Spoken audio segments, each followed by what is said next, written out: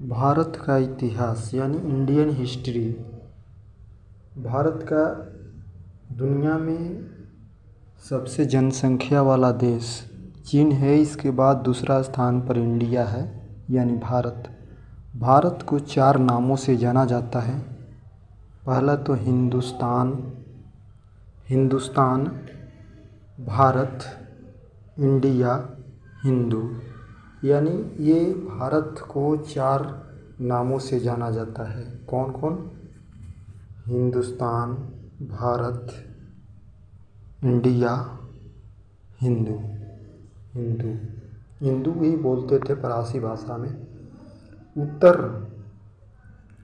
उत्तर में हिमालय से लेकर दक्षिण में समुद्र तक फैला हुआ यह प्रद्वीप भारतवर्ष के नाम से ज्ञात है। यानी जो उत्तर में हिमालय पड़ता है जो हमारा भारत देश है, तो उत्तर में आपको क्या पड़ता है? उत्तर में हिमालय और दक्षिण में समुद्र से फैला हुआ है। दक्षिण में देखेंगे तो समुद्र सी यानी समुंदर है। और इसको किस नाम से जाना जाता था? पहले इसको भारत के नाम से भारतवर्ष कहा जाता था। क्या कहा जाता था? भारतवर्ष। भारतवर्ष के नाम से विख्यात था, से ज्ञात था, जिसमें महाकाल तथा पूर्णोत्तर में भारतवर्ष अर्थात भारतों का देश तथा यहाँ के भारतों का देश तथा महाकाव्य में पुणों में भारत वर्ष अर्थात भारतों का देश कहा गया। यानी इसको क्या कहा जाता था? भारतों को देश कहा जाता था। और पुरांत काल में महाकाव्यों के समय में भरतों का देश यानी भरतों का देश कहा गया तथा इस निवासियों को भारती की अर्थात भरत के संतान कहा गया। यानी जो यहाँ के लोग, तो इसको क्या किया गया? भारतीय। क्या कहा गया? भारतीय। और इनको भरत के संतान कहा गया। क्या कहा गया? भरत के संतान। इनको भरत के संतान कहा गया। भारत के प्राचीन कबीलों का नाम था, जो इनके भारत है इनके कबीले थे, उनका नाम क्या था?